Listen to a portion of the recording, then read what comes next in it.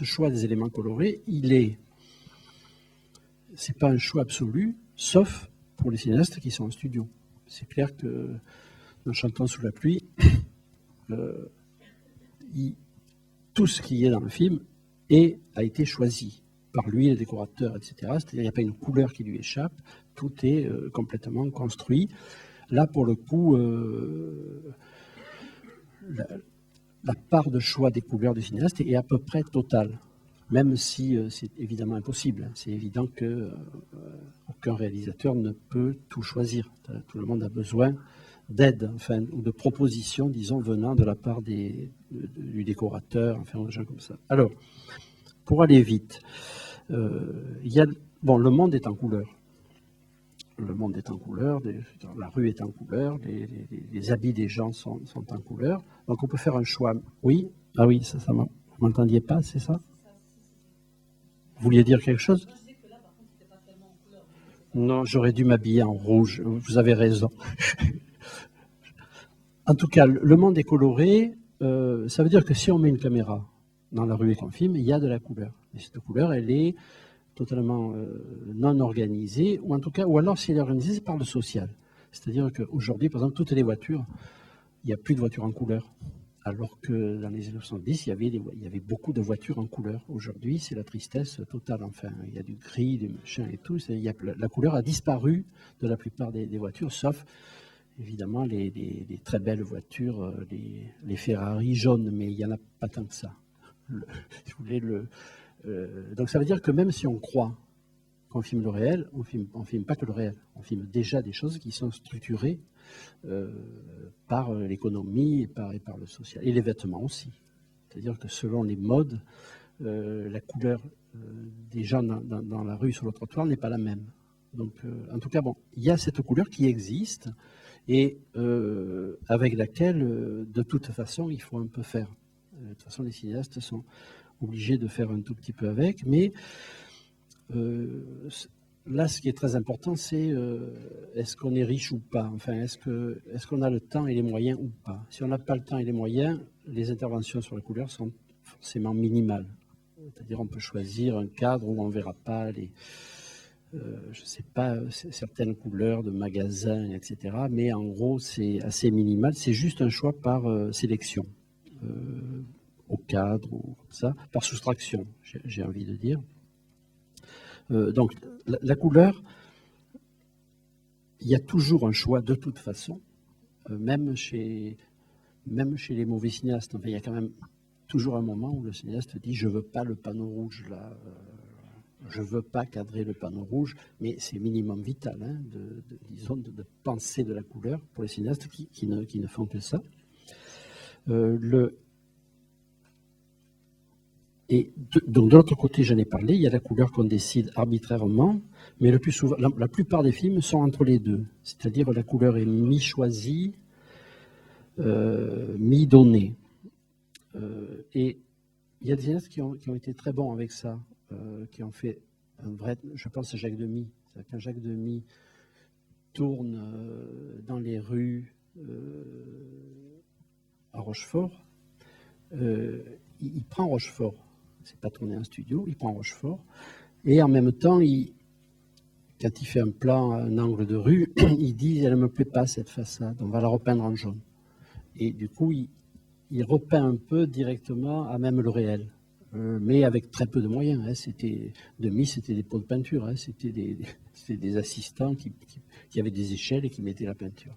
Mais déjà, c'est une idée, disons, mixte entre je prends le monde tel qu'il est, et puis je prends le monde, mais je retravaille le monde sur le plan. Et puis, il faisait, par exemple, ce que Godard a toujours fait un peu, c'est-à-dire, par exemple, s'il y a une pompe à incendie, le personnage va passer devant, elle ne le compte pas dans l'histoire, mais il dit, je veux le peindre en jaune. Demy fait ça. Et du coup, il y a quelqu'un qui vient, qui peint. Godard a toujours fait ça. Sur le projet de Godard, il y a toujours eu des pots de peinture dans les coffres. Et il dit, bon, la barrière, là, elle ne me plaît pas. Est-ce que vous pouvez vite me la repeindre en jaune? Et ça prend 3 minutes, hein. C'est rien de faire ça. C'est-à-dire, c'est rajouter les touches de couleur au monde tel qu'il est. Et ça, c'est faisable. Évidemment, il ne faut pas peindre ce qui est interdit de peindre, sinon le tournage s'arrête, parce que les flics nous arrêtent.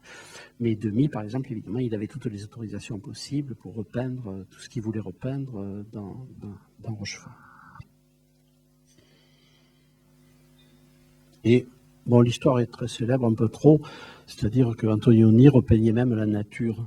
Dans certains plans, il disait, voilà, l'herbe, elle est pas assez grise. Alors, il y avait des assistants qui peignaient l'herbe en gris, ou même des arbres parfois. Donc, mais avec beaucoup de, comment dire, d'ostentation. Enfin, c'est-à-dire que c'était pas comme Demy, c'était dire, voilà, je peins même la nature parce que l'arbre tel qu'il est, il me plaît pas assez. Et j'ai besoin d'un arbre noir, par exemple.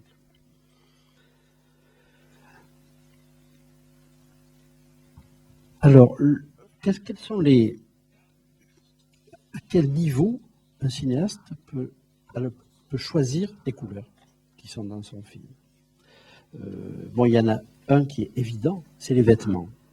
C'est-à-dire que même les pires cinéastes, quand ils choisissent les acteurs et les costumes, ils ont quand même des idées. Ils disent, voilà, je veux qu'elle ait une robe verte, ou je veux qu'elle ait deux robes, une verte, une, etc. C'est-à-dire qu'il y a toujours un travail de choix,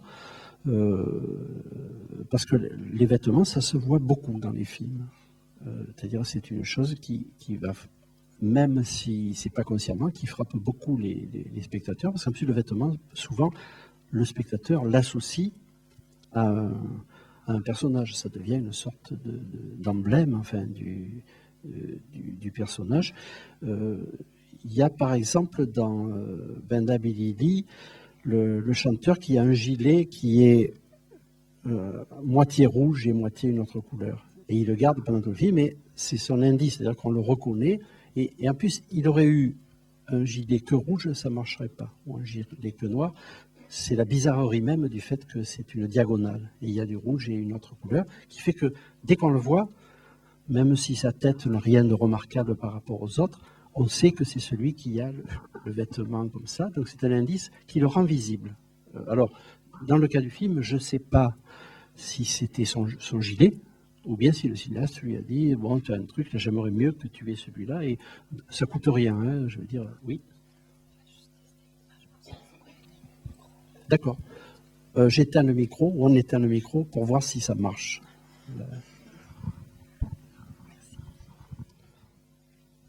Alors, j'en étais aux vêtements. Il n'y a pas que ça dans les vêtements. Il y a aussi que si vous avez... Il y a un très bel exemple, hein, c'est Jonas Mekas, qui à un moment, il a un ami qui devient très très riche et qui épouse la fille la plus riche des États-Unis et qui lui dit, viens filmer mon mariage. Mekas, c'est un pauvre, il n'a pas envie d'y aller, il a peur, et puis il dit, c'est mon ami, j'y vais quand même. Et il y a... Alors, le mariage, il faut le voir pour le croire, quoi. Le type, il a loué une île, les gens viennent en hélicoptère, comme ça, bon, c'est un truc de fou. Et Mekas dit, mais moi, je veux pas faire ton film de mariage, je veux faire mon film sur ton mariage. Et il y a un vrai cinéaste avec des grosses caméras qui filme tout comme il faut. Et Mekas, il se dit, mais qu'est-ce que je vais faire, moi, parce qu'il ne choisit pas les couleurs, hein, il ne choisit rien, puisqu'il y a les invités ne sont pas... Mekas, il n'est rien dans la cérémonie du mariage. Et donc, il fait des choix de couleurs tout seul. C'est-à-dire que, et dans son film, on a l'impression, par exemple, bon, d'abord, il fait un travail absolument magnifique sur le blanc. Il y a plein de petites filles en blanc, enfin, il dissémine le blanc, il en met partout, il y a la mariée, etc. Et puis, il choisit une autre couleur, il choisit le rouge. Il n'y en a pas tant que ça, mais dès qu'il y a du rouge, il fait des plans comme ça. Et du coup, il crée, dans un univers qui est bariolé, il crée un univers en rouge et blanc. Alors qu'en fait, dans la réalité, ce n'était pas en rouge et blanc. Donc ça veut dire que même si on ne choisit pas les couleurs, le choix de la façon de les capter... voilà. Alors, Mekas, c'est le plus grand coloriste hein, du cinéma, et lui, il n'a jamais rien mis en scène. C'est-à-dire, Mekas, il fait un travail de coloriste à partir des choses réelles, à partir de ce qui se présente. Si vous voulez, il n'a jamais habillé quelqu'un, il n'a jamais mis même plus d'une couleur à quelqu'un. Et c'est pourtant un très grand coloriste. Ça serait l'équivalent d'un aquarelliste comme ça. Voilà. Alors, il y a un autre élément où là, tous les cinéastes à peu près se posent la question, c'est la chevelure. C'est-à-dire que tous les cinéastes se disent, est-ce qu'elle sera blonde? Ça fait partie même presque du scénario souvent. C'est-à-dire, est-ce qu'elle sera blonde, rousse, brune? Est-ce qu'elle aura les cheveux courts et noirs ou longs, etc. Parce que ça, il n'y a pas que la forme de la chevelure, il y a évidemment la couleur.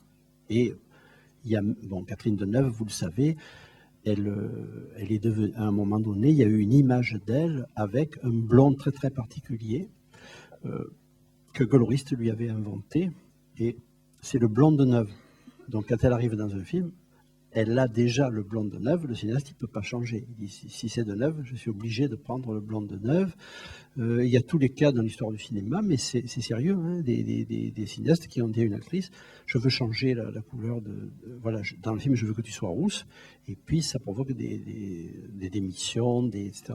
C'est une chose très, très sensible, la question des couleurs, parce qu'à l'écran, on voit beaucoup la couleur des cheveux. Les cheveux, il y en a tout le temps dans les films, dans tous les plans, etc. Et donc c'est un élément de choix de couleur qui est très compliqué, parce qu'il est à la fois par rapport à l'histoire, par rapport au personnage et par rapport à la psychologie de l'actrice. Si vous voulez, il y a une histoire, bon, ceux qui connaissent Val Abraham, l'actrice qui était prévue pour faire tout le film, elle a craqué parce qu'elle devait être teinte en noir et elle était fragile à ce moment-là, elle fait une dépression et du coup Oliveira était génial, il a dit pendant que tu sois dans ta dépression, j'en prends une autre. Et donc il y a deux actrices qui jouent Madame Bovary. Il y a Madame Bovary jeune et Madame Bovary après, quand l'actrice qui était prévue pour faire tout le film a été en état de jouer. Donc ça lui a donné du coup une très belle idée de pur cinéma. Alors,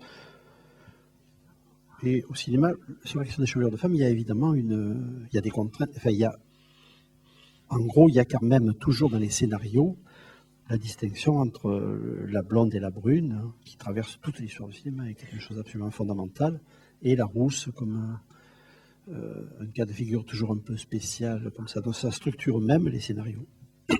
Donc les vêtements, la chevelure. Un autre élément essentiel, c'est le décor. C'est les éléments du décor, même si c'est un décor naturel.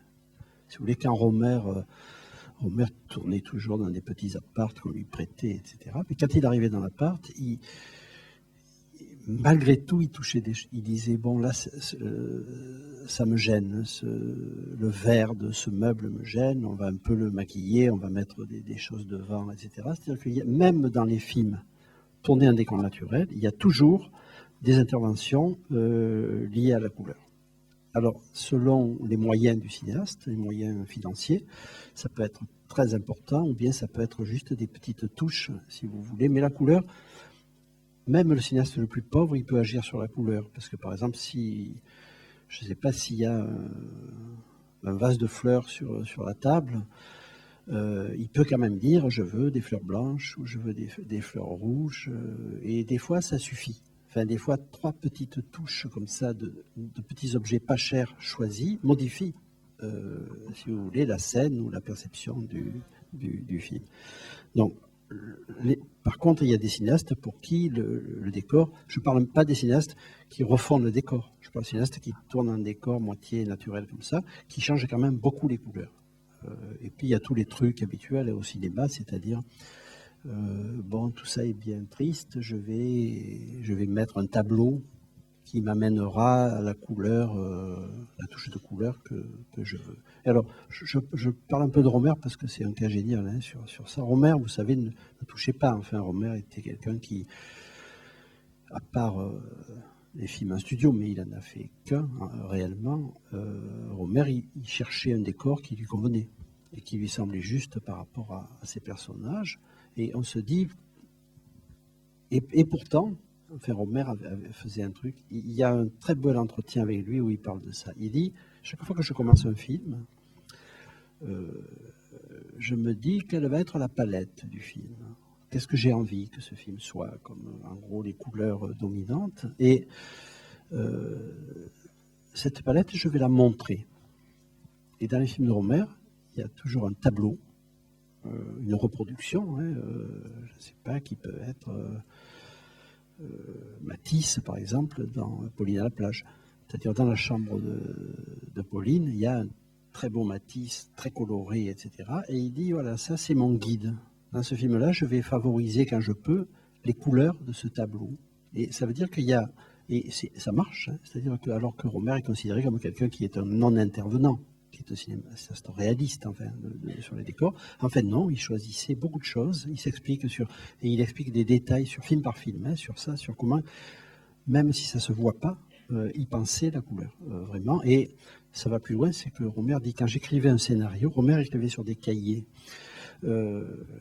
C'était essentiel pour moi la couleur du cahier, la couverture du cahier. C'est-à-dire que je ne pouvais pas écrire Pauline à la plage sur un cahier gris, ou je ne pouvais pas écrire Ma nuit chez Maud sur un cahier jaune vif. C'est-à-dire que, et il dit du coup, quand je vois les cahiers de mes scénarios, j'ai déjà la couleur des films, enfin la couleur générale. Bon, c'est très beau. Et c'est vrai, enfin je veux dire, c'est évident que c'est vrai. Sur une espèce de conscience comme ça de la couleur, chez quelqu'un à qui on ne l'attend pas. Et après, il y a les cinéastes pas riches, mais qui font, bon, le cas le plus connu, hein, c'est l'appartement romain du mépris. Que fait Godard, il a très peu de temps, il est en retard, il faut qu'il tourne 20 minutes de film en 4 jours. Et il dit, bon, qu'est-ce que je vais faire? Il faut que je livre un film de durée normale. Et il dit, ben, on va vite louer un appartement vide, et puis je vais tourner une scène de 20 minutes dedans. C'est ça l'histoire de la scène de l'appartement du mépris. Donc il cherche avec son assistant un appartement blanc et vide, parce que Godard n'aimait que les fonds blancs, parce que du coup ça lui permettait d'être peintre, de dire voilà. Et puis, en un jour, il dit, bon là j'aimerais bien avoir un canapé rouge, je veux 2 bouquets de fleurs, blanches et rouges, je veux 2 miroirs dorés, au bord doré. Et en 3 heures, hein, l'appartement est meublé des couleurs de Godard, c'est-à-dire de choses qu'il a choisies une par une pour la palette du film. Parce que là, si un film où il y a une vraie palette, c'est bien le mépris. Hein. C'est-à-dire, il y a des couleurs qui n'y sont pas, il y a des couleurs qui reviennent et qui se structurent. Donc, un autre exemple, c'est évident que la palette Almodovar fait partie du style d'Almodovar. C'est-à-dire qu'Almodovar, il a toujours eu en tête, hein, et dans ses films, une palette à lui. C'est pas évident d'avoir une palette à soi pour un cinéaste, mais lui, il avait un goût comme ça pour un certain type de couleurs et leur mélange qu'on retrouve, et ça y est dès le début chez Almodovar. C'est-à-dire c'est quelqu'un qui était esthétiquement armé pour créer un univers coloré. Alors ça, c'était choisir. Tout ce dont je viens de parler, c'était choisir. Et après, il y a agencer. Un cinéaste, une fois qu'il a choisi, il agence les couleurs et il les agence dans l'espace. Ah oui, là je crois que non seulement il n'y a pas d'image, mais il n'y a même plus de son.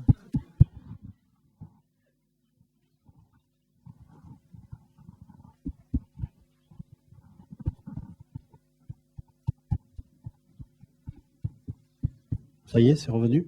Alors ça va. Oui, l'erreur qu'on fait très souvent quand on analyse des films, c'est de penser que si on peut dire le tableau, c'est le plan. Et évidemment pas. Le tableau n'est pas le plan. Le tableau, c'est la séquence d'un certain film. J'aimerais bien aimer vous montrer une séquence justement de Madame Bovary. Donc, le tableau au cinéma n'est pas figé. C'est-à-dire que, par exemple, si on prend la séquence que je voulais vous montrer, la couleur, c'est une séquence qui est faite uniquement sur un travail sur la couleur rouge. Mais la couleur rouge, elle est dynamique. C'est-à-dire que le tableau, on l'a dans la tête une fois qu'on a vu toute la séquence, et pas plan par plan. Plan par plan, c'est un peu... Bon, c'est un peu la misère. Enfin, c'est les cinéastes qui disent, ah, je vais me refaire un tableau comme ça dans un plan. Et les vrais cinéastes de la couleur, évidemment, c'est le film entier. C'est-à-dire qu'il faut la surface qu'il faut observer si on veut analyser les couleurs, c'est pas le plan. Le plan, c'est Le plan, ça correspondrait, si vous voulez, sur un tableau à une touche du peintre. Mais c'est tout. C'est-à-dire que la perception de ce que c'est que la couleur dans un film, il ne se fait pas à l'échelle du plan. Ou en tout cas, si on le fait, c'est très pauvre et ça ne sert pas à grand-chose. Il faut le faire toujours sur des durées, puisque le cinéma n'est pas un art de l'image arrêtée, si vous voulez, sur l'écran. Si ça marche après, je vous montrerai des cas très très précis, y compris chez... Il y a une scène géniale de Van Gogh sur ça, de Piala. C'était une scène absolument géniale sur comment Piala, qui a été peintre, puisqu'il a fait d'abord des études aux Beaux-Arts, comment il peint à l'échelle d'une séquence et pas du tout à l'échelle du plan. À l'échelle du plan, on se dit, bon, il n'y a pas grand-chose de pictural. Or, la séquence est très, très picturale une fois qu'on la voit dans sa dynamique. Alors, il y a des films où il y a un travail somptueux sur ça. Je pense à The Host, par exemple, qui a été, je crois, un moment un collège au cinéma, où là, c'est carrément génial. C'est-à-dire que dans The Host, il fait un travail qu'on ne voit pas scène par scène. Au début, toutes les couleurs sont mélangées. Après, les couleurs sont séparées et après, elles sont reconstituées. C'est-à-dire qu'il y a 3/3 du film où le traitement de la couleur n'est pas le même et c'est lié à l'histoire. Donc là, c'est une pensée sérieuse de la couleur, enfin une vraie pensée de la couleur. Donc, je ne sais pas si il est plus au programme. Vous l'avez eu au programme ou pas? Non, peut-être qu'il... Ah, il est à lycéen, d'accord.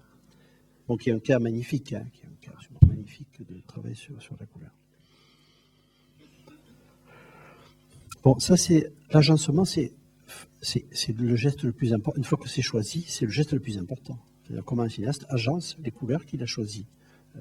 Et en plus, si vous voulez, ça n'a pas de sens ou très peu de dire dans ce film le jaune représente la trahison. Je veux dire, le jaune ne représente rien. Les couleurs dans un film n'ont de sens que par rapport au système des couleurs.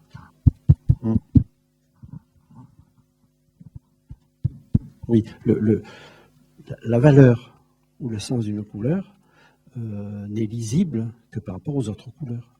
Si un cinéaste fait une palette, par exemple, où il va mettre du jaune, du rouge et du noir, c'est clair que le jaune ne prendra sens que par rapport... C'est comme, si vous voulez, une couleur en soi n'a pas de sens. Parce qu'avec la même couleur, on peut produire des sens opposés, ou complètement différents. Par contre, le système des couleurs, oui. L'agencement des couleurs, oui. Et parce que l'idée... Bon, il n'y a qu'une couleur qui échappe à ce que je dis. Un peu, c'est le rouge. Parce que le rouge...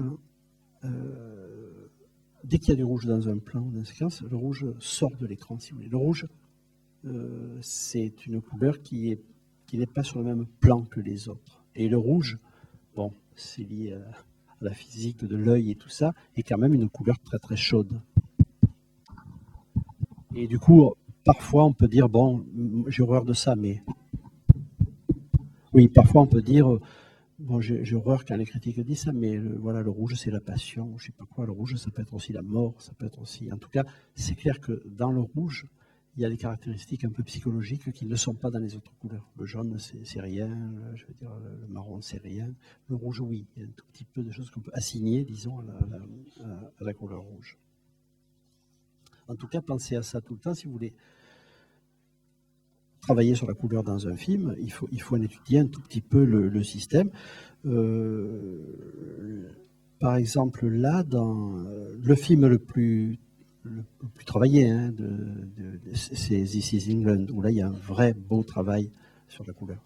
Un vrai travail de peintre, enfin de cinéaste. Les autres, c'est plus faible. Enfin, c'est rien, il n'y a rien d'intéressant. Si vous voulez, le film où il y a un vrai travail, c'est celui-là, et notamment la fin, il a une idée absolument magnifique, c'est qu'il y a le paysage avec la barque qui est monochrome, c'est-à-dire il n'y a pas de couleur. Et lui, il arrive et il a le drapeau comme ça, mais comme le drapeau est plié, le petit rouge drapeau, on ne le voit pas.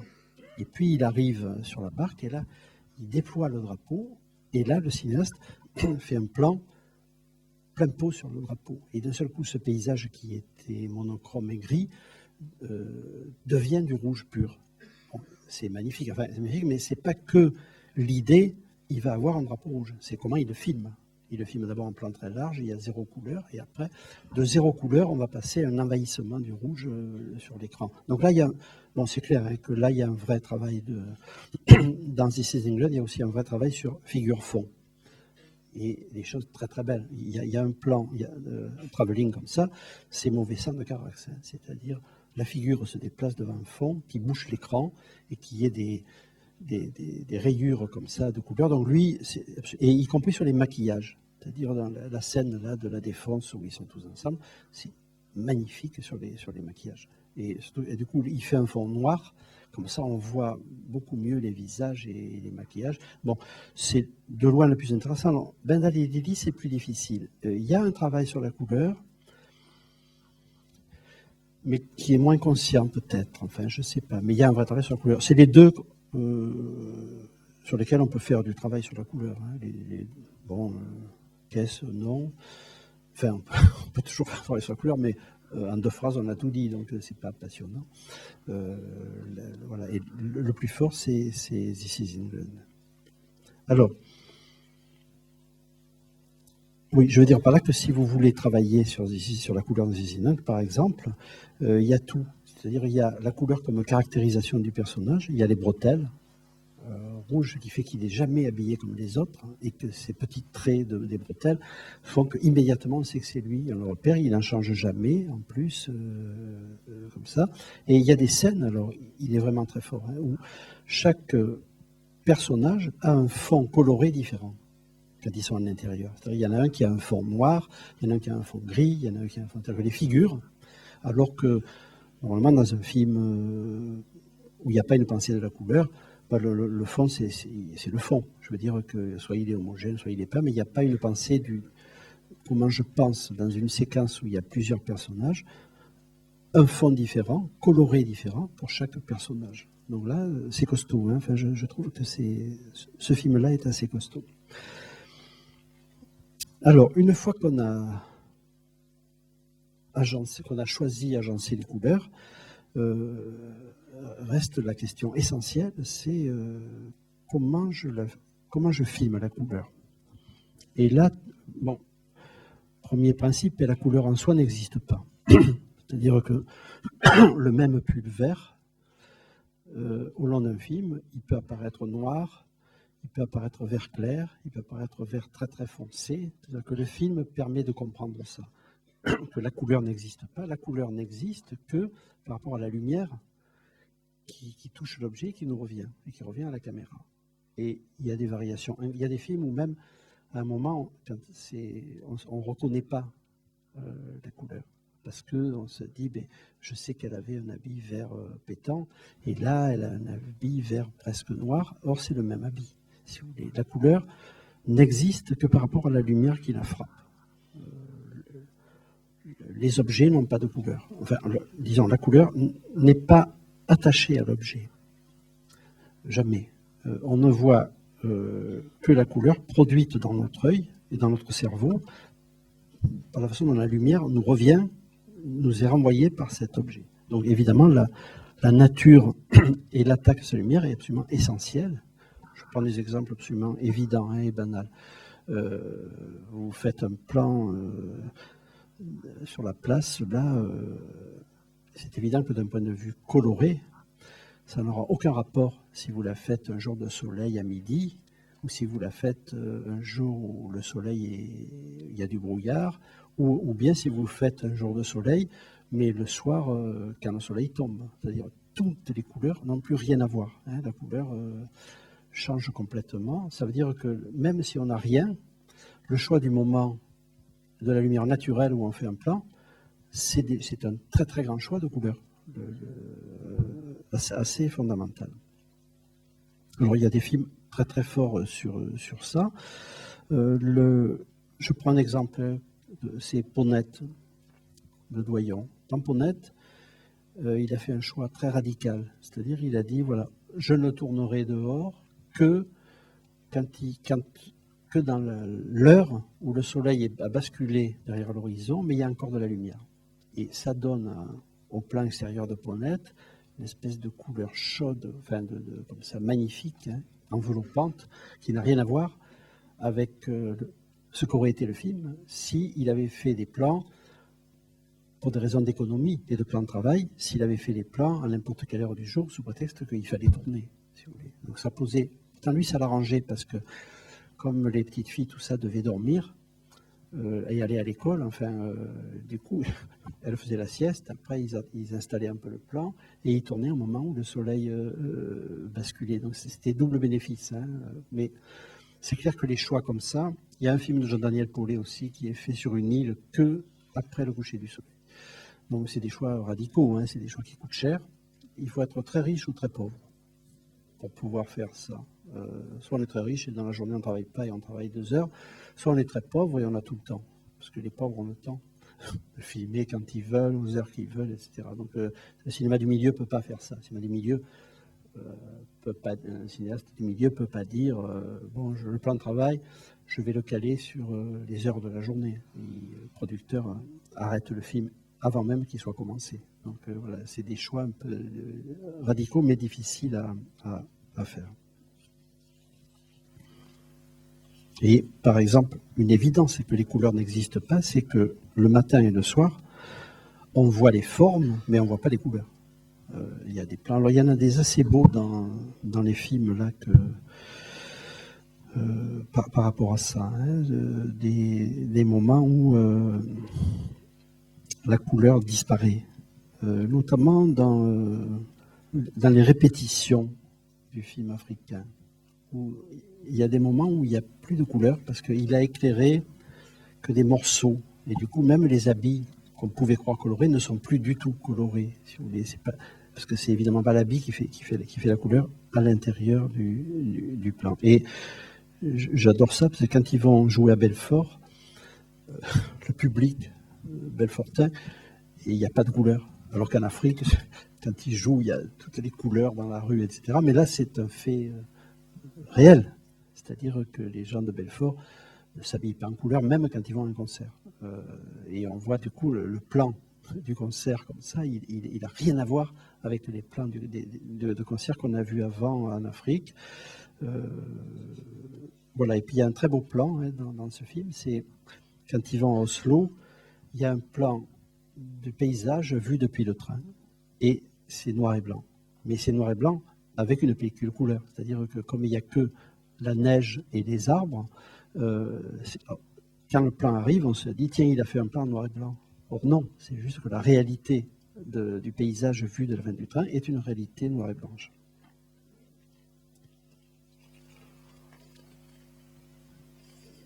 Alors il y a des codes sur ça aussi que le cinéma a imposés. Pour des raisons purement de pellicule. Hein. C'est-à-dire que par exemple, si vous éclairez un intérieur la nuit, enfin le soir, ou même en journée, vous éclairez un intérieur avec de la lumière d'intérieur. Si vous avez une découverte, si vous voyez le paysage, il est bleu. Il est uniformément bleu, c'est-à-dire que la pellicule, elle ne peut pas répondre à la fois à la lumière naturelle de l'extérieur et à la lumière artificielle de l'intérieur. Et c'est devenu un code, c'est-à-dire que dans un film maintenant, si on voit une partie de l'image qui est bleu, le bleu nuit, comme ça, c'est clair que c'était pas bleu. C'est que c'est la pellicule qui crée du bleu à partir de la situation où on est entre la lumière artificielle et la lumière naturelle. Il y a un film qui est fait entièrement sur ça, c'est Eyes Wide Shut. Dans Eyes Wide Shut, les scènes dans la chambre, Kubrick éclaire les figures, enfin, il éclaire le couple, et tout ce qu'on voit à côté, c'est bleu, absolument bleu uniforme. Et, parce qu'il y a des trucs hein, pour pallier à ça, c'est de mettre des choses, de coller sur la fenêtre, des plastiques, etc., qui transforment un peu la couleur de l'extérieur. Mais lui, il a dit, je veux avoir ça, je veux avoir ce qu'on a si on filme un intérieur avec de la lumière artificielle et que l'extérieur est que du bleu. Donc, c'est un choix assez beau parce que ce bleu dont je parle est un bleu très froid. Le bleu produit par la pellicule, quand on la cale sur la température de lumière artificielle, elle produit un bleu uniforme et froid, Donc ça permet évidemment de jouer. Dans le cas de Swatchot, c'est génial. Hein, enfin, la façon dont il se sert de ça est absolument magnifique. Alors après, il y a autre choix. C'est avec quoi j'éclaire. Avec quoi j'éclaire. Et qu'est-ce que j'éclaire? Donc là, vous savez tous qu'il y a des types de projecteurs radicalement différents. Il y a des projecteurs qui éclairent la totalité de l'espace, ou de la scène, ou la totalité du décor, si vous voulez. Et puis, il y a des projecteurs beaucoup plus ponctuels qui éclairent juste un morceau. Évidemment, la couleur n'a plus rien à voir avec l'un ou avec l'autre. Il y a un choix, par exemple, que font tous les cinéastes à un moment. Le chef-op dit « Tu veux que j'éclaire plutôt la figure ou plutôt le fond ?» Si vous éclairez le fond, la figure perd de ses couleurs et ça produit quelque chose. Si vous éclairez la figure, le fond disparaît, enfin, ou devient terne. Alors il y a des cinéastes qui se servent évidemment très très bien de ça sur le choix de j'éclaire la figure, j'éclaire le fond. Je pense au plan de Carax dont j'ai déjà parlé, où Denis Lavant court devant les palissades, il éclaire le fond, il n'éclaire pas Denis Lavant. Et du coup, on a l'impression qu'on traverse, enfin que c'est comme un kaléidoscope, on traverse des rayures de couleurs. S'il avait éclairé Denis Lavant et pas le fond, ça ne marcherait absolument pas. C'est-à-dire, or, c'est la même scène, hein, c'est la même scène, c'est le même plan. C'est-à-dire que c'est des choix qui sont absolument essentiels sur le rendu possible de la couleur. Donc, la séquence que je vous montre, c'est, et j'arrêterai un peu par moment sur l'image, c'est une séquence de Val Abraham.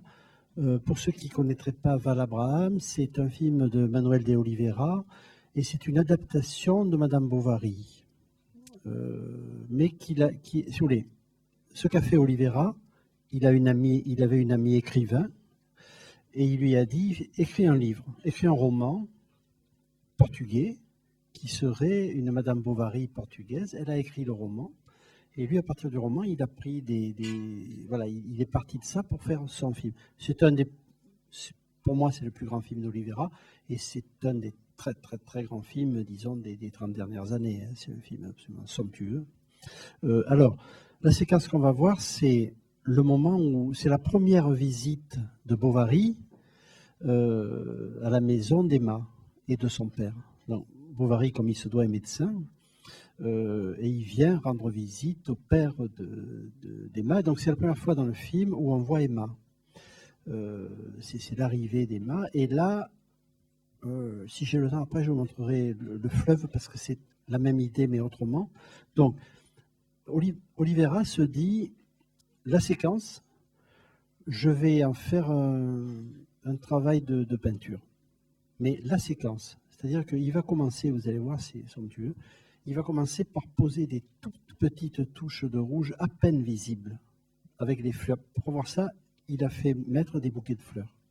Et du coup, il fait, vous allez voir à l'écran, c'est très impressionnant, il met un minuscule bout de rouge. Et petit à petit, le rouge va grandir dans sa séquence et à la fin, il y aura plus que du rouge à cause d'une rose comme ça qu'elle va mettre plein écran. Donc là, c'est typiquement ce dont je parlais, c'est-à-dire un cinéaste qui a une pensée de sa séquence. Évidemment, il a la pensée du scénario, hein, c'est très important, la première rencontre entre Bovary et Emma.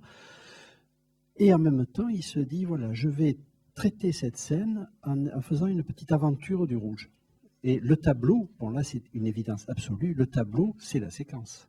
Le tableau n'est pas un plan de la séquence, ça n'a pas de sens un plan de la séquence. C'est-à-dire c'est la façon dynamique dont le rouge arrive, se développe et finit par prendre toute la place, qui est le sujet pictural, disons, de la scène.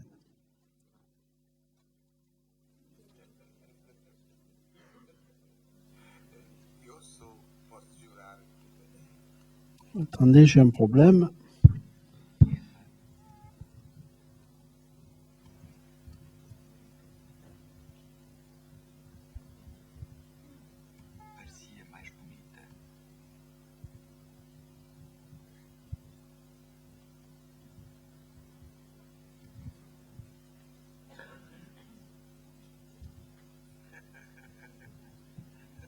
Voilà, donc ça, c'est le moment où Emma va arriver dans son dos. Et Oliveira fait ça, c'est-à-dire personne ne fait ça au cinéma. Hein. Personne, aucun chef-op accepterait d'avoir dans le plan un tout petit bout de rouge flou. Le chef-op, n'importe quel chef-op, dirait voilà, où on voit des roses un peu, où on ne les voit pas. Mais on ne peut pas faire une petite amorce comme ça de rose, de rouge, et même pas définie sur la question de la couleur. Bon, là, c'est encore pire, hein. Vous voyez le rouge, c'est-à-dire c'est absolument minimal et pratiquement invisible et encore une fois tout à fait au bord du cadre. C'est comme si le rouge, si vous voulez, attendait de rentrer dans le tableau et que petit à petit, il gagne du terrain.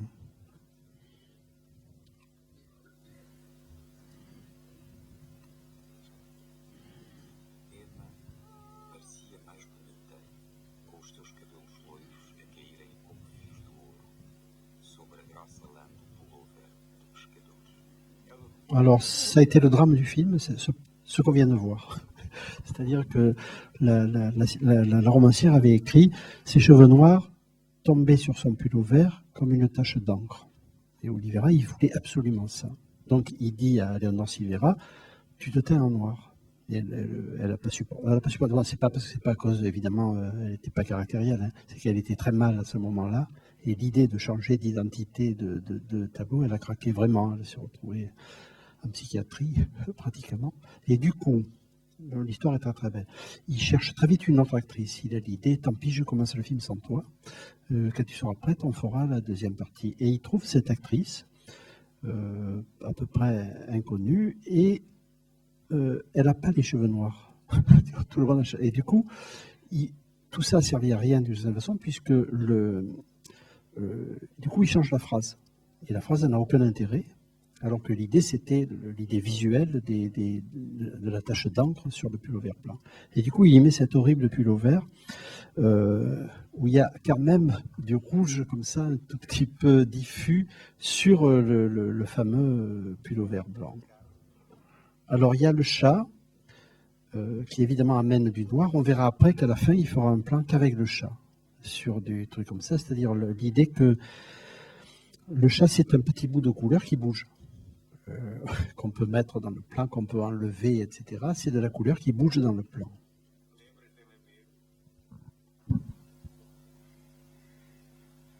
Voilà, là c'est très beau. Vous avez vu, quand il se retourne, on ne voit pas les fleurs. Et Oliveira lui dit, quand tu vas te retourner, tu vas dégager un tout petit peu de rouge dans le fond derrière toi. Et bon, là vous reconnaissez le système Oliveira, c'est-à-dire, normalement, quand un cinéaste filme une tête, il la met là. On voit les épaules. Oliveira, lui, la tête, ça se met exactement au milieu. Ce qui fait que dans les films d'Oliveira, il y a beaucoup trop d'air au-dessus de la tête et on a l'impression en bas qu'il manque quelque chose. Mais c'est pour lui, une tête, on la voit comme ça. Si on fait le cadre comme ça, on ne voit plus la tête. On voit un plan qu'on a vu 3 millions de fois au cinéma. Donc ça, c'était sa façon à lui de filmer une tête pour qu'elle soit visible.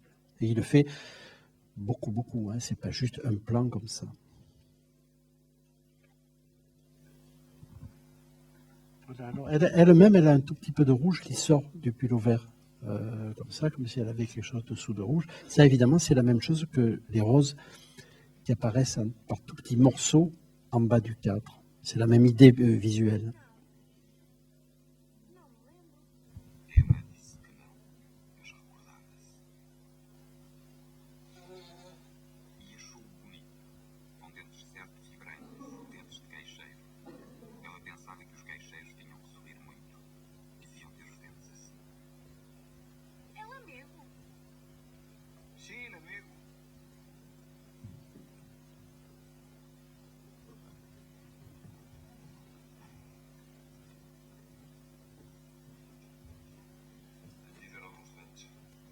Ici, un tout petit peu de rouge hein, en bas à gauche, flou, et puis un tout petit peu de rouge avec du jaune à droite. Le reste est des couleurs bistres, enfin, le reste, il n'y a pas de couleur. Hein, le reste, des vêtements des hommes, etc. C'est-à-dire que la seule couleur qui est à droit d'entrée, si vous voulez, dans cette longue séquence, c'est le rouge.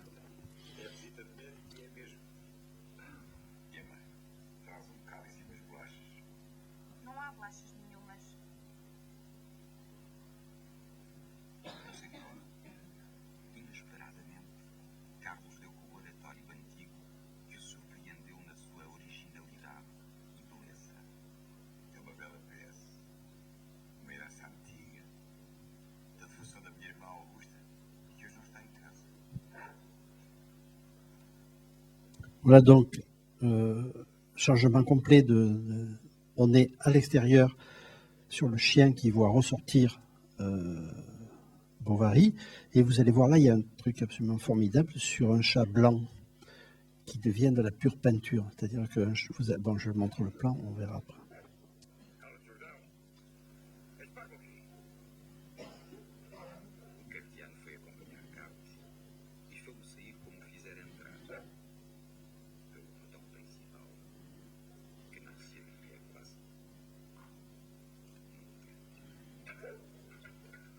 Voilà, donc c'est très beau, hein, il y a un tableau comme ça, à Orsay, d'un chat qui est en position comme ça, et c'est une pure tache de blanc. Les chats, dans ce film, servent à faire de la couleur, à faire des taches de couleur.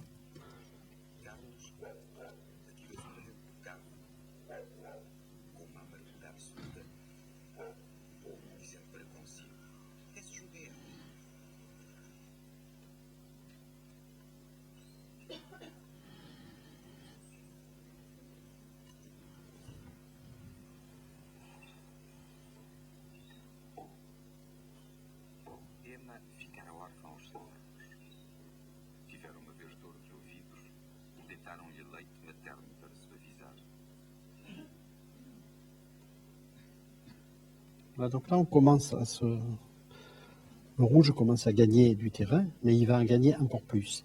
Et évidemment, le point il aurait pu faire le point sur le pull vert, il aurait pu faire le point sur l'actrice, mais du coup, l'actrice deviendra très secondaire par rapport aux fleurs qui sont au premier plan. Alors là, pour le moment, c'est Olivera qui peint, c'est pas l'actrice. Et après, comme font beaucoup de cinéastes, il va se servir de l'actrice pour animer la couleur. C'est elle qui va porter la couleur. Là, pour le moment, non, elle est en arrière-fond de la couleur choisie par Olivera.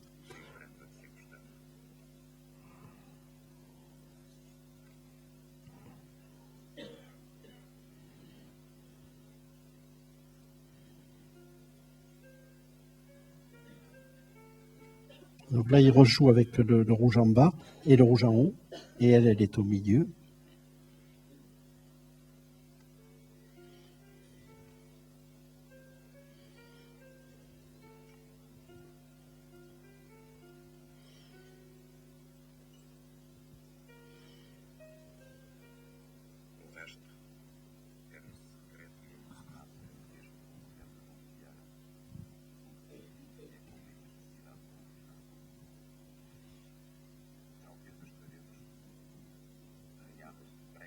Voilà, donc là, le rouge vient au centre, à la place de la tête habituellement.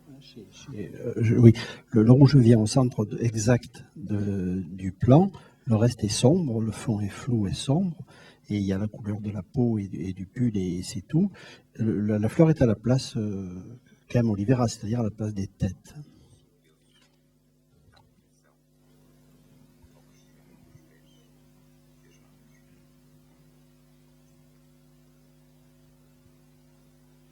Vous avez vu tout à l'heure, le rouge de la fleur il y avait encore la main, le bras et tout. Là, il n'y a plus rien. C'est-à-dire, c'est comme si il avait changé le fond, parce que là, le fond est noir. C'est-à-dire là, le rouge, il n'y a plus que ça. Il n'y a plus que le rouge qui apparaît. Et pour ça, il a éteint le fond.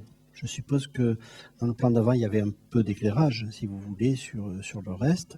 Là, il dit, voilà, maintenant, le rouge va apparaître seul. Et pour ça, j'élimine le décor, j'élimine le fond.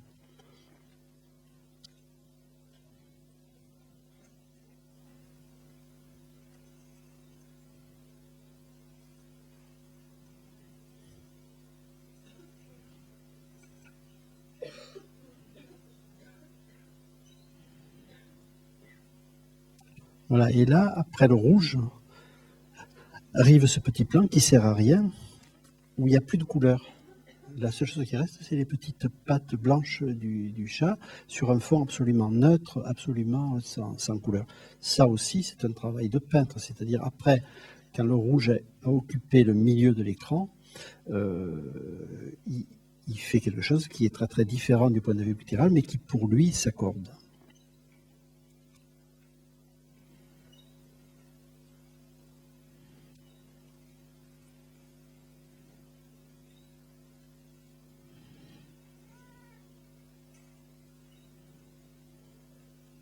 Voilà, et là, il rassemble tout. Il rassemble le chat avec des pattes noires, les roses et elle. Ça, c'est le tableau entier, c'est le tableau fini, si vous voulez. Il a composé le tableau touche à touche et après, hop, ça y est, c'est bon, le tableau est fait. Bon, c'est une séquence qui est très didactique, hein, si on veut montrer ce que c'est. Si on montrait que la couleur n'est pas dans les plans, enfin que le travail de peintre, il n'est pas dans les plans, qu'il est dans la séquence. Là, c'est sur la dynamique de la couleur, c'est absolument évident. Je vous montre vite une séquence très très somptueuse du fleuve de Renoir. Vous savez, Renoir, quand il est revenu aux États-Unis, il s'est arrêté en Inde et il a fait un film, un Technicolor de l'époque, qui s'appelle Le Fleuve, qui est l'histoire d'une famille coloniale anglaise qui vit sur un mode totalement colonial, et il va y avoir il y a un étranger qui arrive, qui a fait la guerre, il boite, etc. Et les trois filles tombent amoureuses de façon très romantique de ce même personnage. Et à un moment, il va y avoir cette scène qui est géniale, c'est-à-dire que les trois sœurs, les deux sœurs vont regarder la troisième qui a son premier baiser avec le soldat.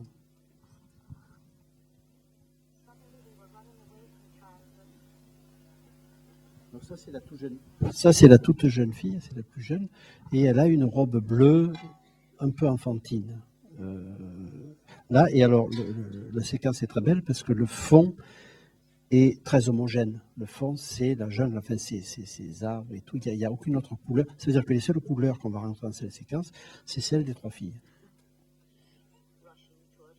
Voilà, donc ça, c'est celle qui va recevoir le baiser, enfin, qui est flamboyante. Enfin, elle a cette robe rouge et elle a les cheveux d'un roux incroyable. Et le Technicolor adorait les rousses, parce que la couleur des rousses en Technicolor, c'est pour ça qu'il y a eu des stars rousses à l'époque, que dans les époques du cinéma, il n'y en a pas eu, parce que les cheveux roux, c'était fait pour le Technicolor.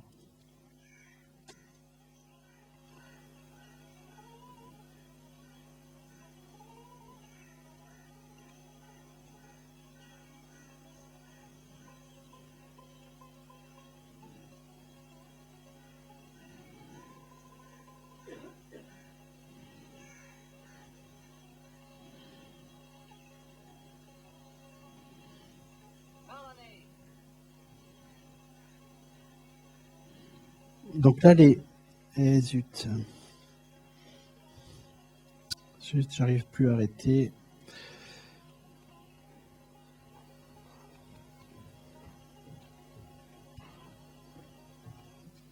Oui, je reviens un peu en arrière parce que là, on a vu la troisième sœur. La troisième sœur, son histoire dans le film, c'est qu'elle est métisse.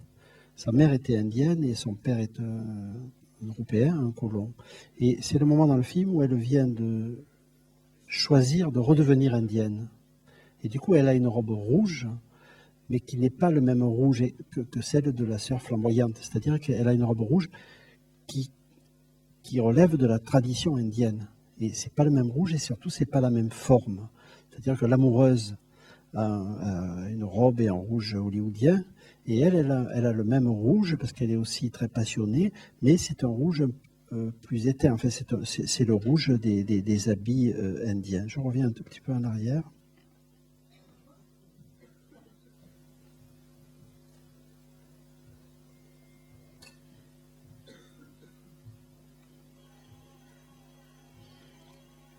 Voilà.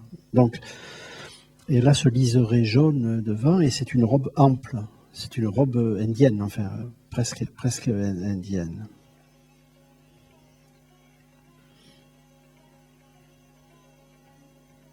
Donc là, il s'amuse il peint à même l'écran, c'est-à-dire qu'il fait circuler du rouge dans un paysage tout vert. Et finalement, les personnages sont des porte-couleurs par rapport à lui dans cette scène.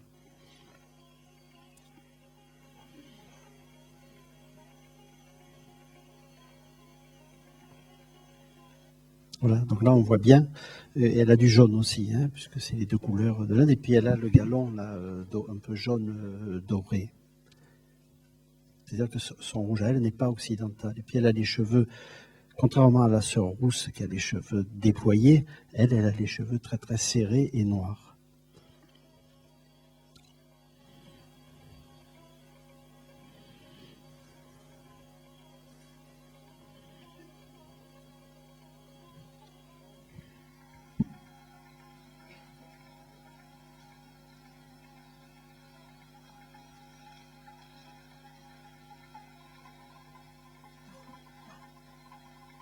Voilà, donc là, le fond change un peu. C'est plus la luxuriance, disons, des arbres. Le fond s'épure un peu. Et puis, il y a cette bande verte que Renoir a mis. Enfin, je suppose que c'était pas là, enfin, que quelqu'un a dû installer ça parce qu'il voulait avoir un bandeau vert, une surface assez homogène derrière, et puis plus que la robe rouge et les cheveux noirs.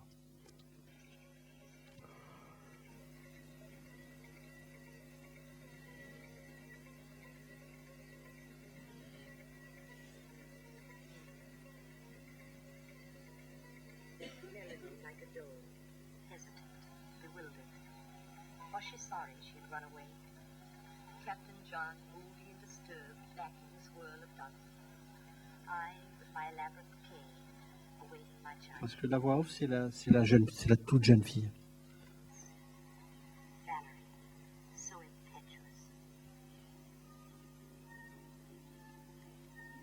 Bon, là, vous n'entendez pas la musique. Et là, c'est genre musique de Vienne, enfin. C'est une musique totalement viennoise qui accompagne, disons, l'arrivée de...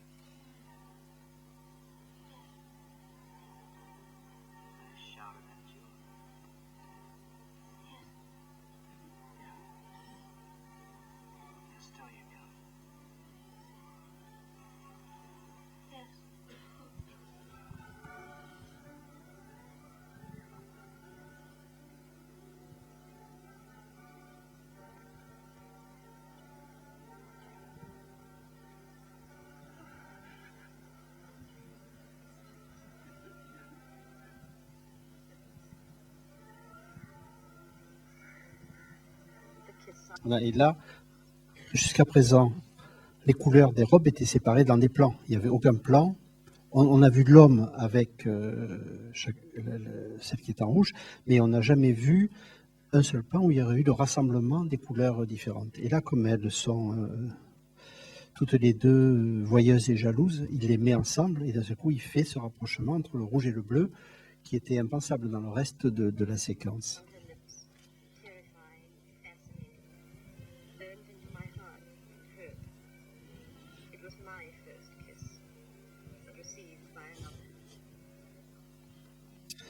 Voilà, si on a 5 minutes, je vous montre un extrait que vous connaissez tous, mais quand on le regarde du point de vue de la couleur, c'est pas la même chose.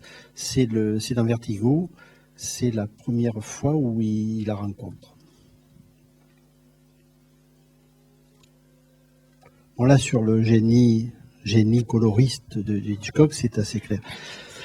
Il y a plein de gens, puisque c'est un restaurant, et on ne doit en voir qu'une, même si elle est de dos. Et du coup, qu'est-ce qu'il fait? Il habille tout le monde pareil. Tout le monde est en gris, et même les femmes n'ont pas des vêtements en couleur. La seule qui a une couleur, c'est Kim Novak. Et cette couleur, elle nous est désignée par le dos blanc. C'est-à-dire qu'il y a un point blanc qui est son dos suréclairé. Hein. Il a dû mettre un projecteur qui éclairait la peau du dos bien plus que les autres figures. Et elle a cette robe verte très chaude, enfin. C'est-à-dire que si on regarde l'image une fraction de seconde, on ne voit que ça. Alors imaginez la même scène s'il avait laissé les figurants s'habiller en couleur. L'idée, c'est j'élimine toutes les couleurs et j'en attrape. Et du coup, on n'a pas le choix. On est aspiré. Alors, il n'a pas fait que ça, c'est-à-dire qu'il s'est débrouillé pour qu'il y ait de la confusion sur les têtes, comme ça, à droite et à gauche, mais il y a un trou pour l'œil, c'est-à-dire qu'il n'y a rien qui s'interpose entre nous et Kim Novak. Le chemin du regard est préparé par la composition, c'est-à-dire on est obligé de voir Kim Novak.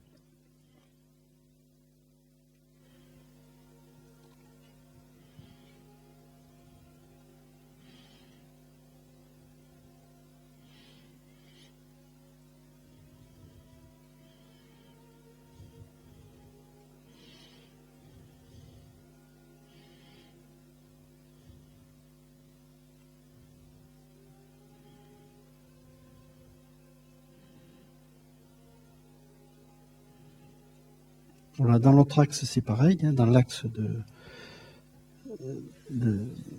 l'homme qui regarde, il n'y a aucune concurrence. Il n'y a que le fond rouge et le vert. Il n'y a rien d'autre qui pourrait déplacer ou attirer l'attention.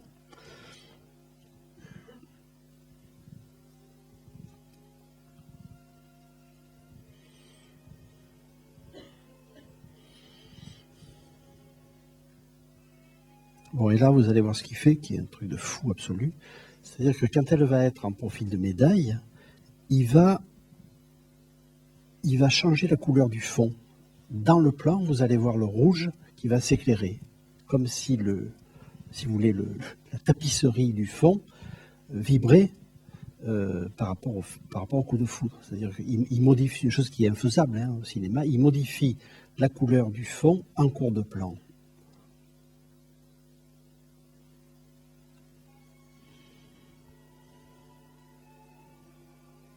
Voilà, vous avez vu, c'est très net, c'est-à-dire ça se met à palpiter et la couleur rouge de la tapisserie change de couleur, littéralement. C'est-à-dire l'émotion affecte même, l'émotion de celui qui regarde, affecte même la couleur du fond d'où son visage se détache.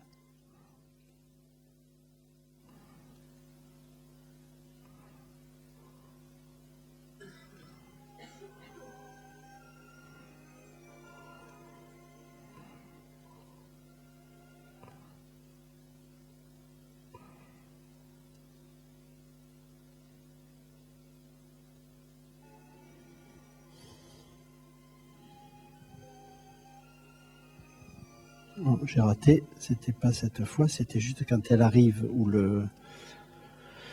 c'est compliqué. Je reviens une fois pour vous le remontrer juste une fois.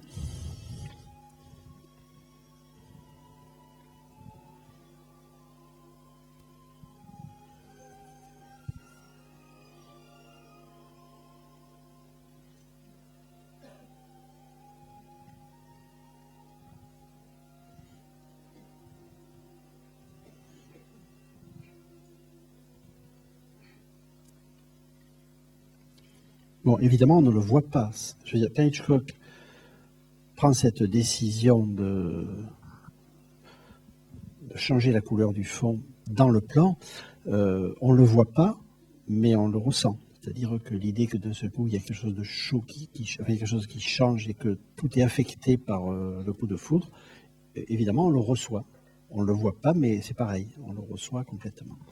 Bon, il y avait encore 25 contre-extraits, mais ce sera pour l'année prochaine. Merci Alain.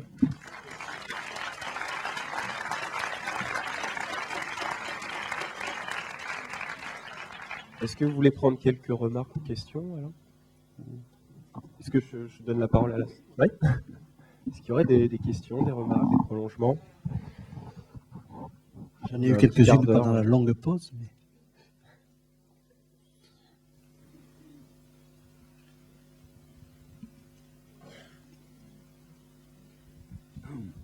Oui, simplement par rapport à Vertigo, non seulement vous avez parfaitement montré l'agencement des couleurs, mais la couleur est au cœur même de la résolution de l'énigme. Quand on voit par exemple avec le tailleur gris, ou la coloration puis la décoloration des cheveux de l'héroïne, chez Hitchcock, la couleur est même au cœur de la réflexion. Je pense aussi évidemment à Pas de printemps pour Marnie. Et également La Maison du Docteur Edwards, avec les rayures. La couleur est même l'enjeu principal du scénario. En tout cas, dans Vertigo, c'est clair, puisque tant qu'il n'a pas trouvé le gris exact du costume de la première, il est là, non, c'est pas ça, c'est pas ça, c'est pas ça. Et pour les cheveux, c'est encore pire, puisqu'il dit non, c'est presque ça, mais tu as la forme des cheveux, c'est pas encore ça, etc. Donc, c'est un maniaque de ça, Hitchcock. C'est-à-dire que pour lui, vous avez raison, la couleur est constitutive du sujet du film. Puisqu'il veut reconstituer cette femme, et il la reconstitue visuellement jusqu'au moindre détail, et la couleur joue un rôle essentiel là-dedans. Non, ce que je voulais juste vous dire, vous, en tant que prof, enfin comme ça, c'est que la couleur, c'est très facile de travailler la couleur avec des élèves, parce qu'il suffit de regarder. Il suffit de regarder et de trouver le système, enfin, de trouver comment ça marche. Ce que j'ai fait là sur Val Abraham, vous pouvez le faire, tout le monde comprend. Je veux dire, c'est pas la peine d'avoir une théorie de la couleur pour faire du très bon travail sur la couleur. Le danger, c'est de faire un travail simpliste, enfin, de dire, voyez, c'est un tableau, voyez, etc. C'est de voir comment ça marche vraiment la couleur dans les films, y compris sur les films que vous avez au programme. This is England, on peut faire un travail sur la couleur, vraiment, et intéressant. Et il y aurait aussi, bon, en voyant les films, j'ai évidemment pensé à ça, c'est qu'il y aurait un travail intéressant à faire sur le rouge dans les 4 films. Parce qu'il y a dans les 4 films, même chez Kess qui est très pauvre, il y a quand même un petit travail sur le rouge à un moment, ou 2, comme ça, le match et tout ça. Et le travail sur le rouge n'est pas le même, vraiment pas le même sur les 4 films. J'oublie, je ne parle pas évidemment de J'entends sous la pluie, parce que là c'est de la pure maîtrise absolue de toutes les couleurs, etc. En tout cas, il y a une possibilité de comparaison. Et ça fait appel à ce dont la pédagogie fait rarement appel, c'est la sensation. Notre pédagogie est totalement trop intellectuelle, très peu sensible, on cherche des structures et des idées. La couleur, ça aide à initier au film comme objet sensible. Et c'est même une voie d'accès royale. Hein. C'est-à-dire que si vous montrez une séquence même à des enfants, hein, puisque nous on fait ça avec des tout petits aussi, si vous voulez, ils voient. Il suffit de leur dire, regarde, qu'est-ce que tu as vu là dans cette séquence, qu'est-ce qui se passe avec le rouge? Évidemment, ils voient, vous n'avez pas besoin de leur expliquer, ils trouvent l'idée. Après, vous développez, mais l'idée, ils la trouvent eux-mêmes. Donc, c'est pour ça que si on parle du cinéma Comar, en tant que forme sensible, la couleur, c'est une voie formidable.